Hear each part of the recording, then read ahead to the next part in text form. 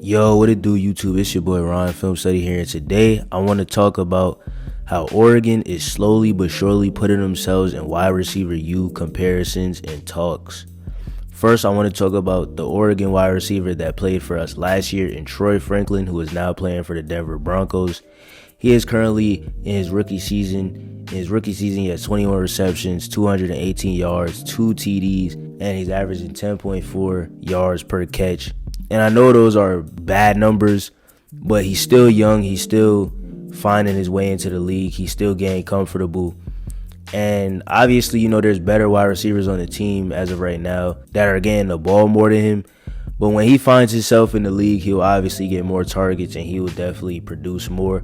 But I really want to talk about his college stats and what he did at Oregon. And I first want to kind of talk about his second year at Oregon, because his first year at Oregon was also pretty bad. She would actually look like his rookie numbers. But his second year at Oregon, he put up 61 receptions, 891 yards, 9 TDs. And then when you follow up with his second year, where he put up 81 receptions, 1,383 yards, and 14 TDs, solidifying himself as the greatest Oregon wide receiver of all time. He is honestly the key player and the key factor to the start of Oregon slowly but surely becoming wide receiver U, because he recently put up great numbers playing with Bo Nix at Oregon and obviously playing under Dan Lanning, and Dan Lanning drawing up a lot of plays for him to succeed, and he succeeded to the most high because obviously, as I just said, he became the greatest Oregon wide receiver of all time. And even his teammate, Tez Johnson, who is still currently playing at Oregon, he had a good season as well. So even when Troy Franklin solidified himself as the greatest Oregon wide receiver of all time, there was still another wide receiver next to him playing great as well. And that's what I'm going to talk about next. Tez Johnson. Tez Johnson, really good slot dude, great gadget guy, has really good hands, has really great route running. He's super fast. And he's going to be really well. He's going to play really well in the NFL. And I also want to talk about his teammate, Evan Stewart, who kind of started off the year, I don't want to say bad, but he kind of started off the year a little shaky because he was trying to figure out ways how to play alongside Tez Johnson, because when he was at Texas A&M, he was just a solidified wide receiver one. He didn't really have to share as much targets with another wide receiver in Tez. But even this year where he had to share targets with Tez, he still played really well, and he's still going to be a first or second round pick in the NFL draft coming up. And now, obviously, what y'all came here for, what was on the thumbnail, I want to talk about the 2 5-star commits.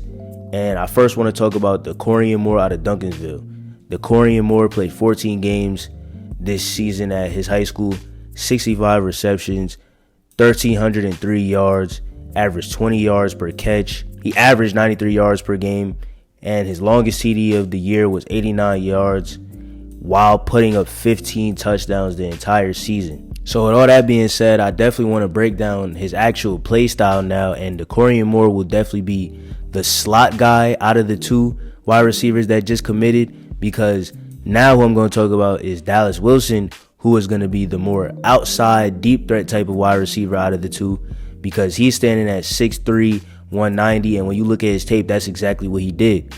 This season at his high school, he put up 41 receptions, 677 yards, averaged 16.5 yards per catch. He has 61.5 yards per game, and his longest TD of the season was 54 yards, and he had 9 TDs throughout the whole season while being that deep threat for his team and really contributing to his team's success. So with all that being said, with these 2 5-star wide receivers committing to Oregon, with all the past plus current success that they're having at wide receivers there at Oregon, it's really starting to start this trend there in Oregon with these wide receivers. A lot of these top wide receivers are starting to now want to transfer over there. They're starting to now want to commit over there. They even got quarterbacks starting to commit over there. Really good quarterbacks are starting to commit. Yes, some of them have decommitted and stuff like that. I'm not even going to talk about that. But with all that being said, with these good wide receivers committing over there will be way more opportunities for Oregon to have a lot more great commits and transfers come through to help these guys and to play with these guys as well, and everybody will just succeed. Oregon is also having a really good season this year. They're obviously undefeated, and they're looking to win their first national championship. And if they can do that as well, then a lot more wide receivers are definitely going to want to go to a championship team as well. That will be the end of this video. I hope you guys enjoyed. Make sure to like, comment, subscribe, and peace, man. See y'all in the next one.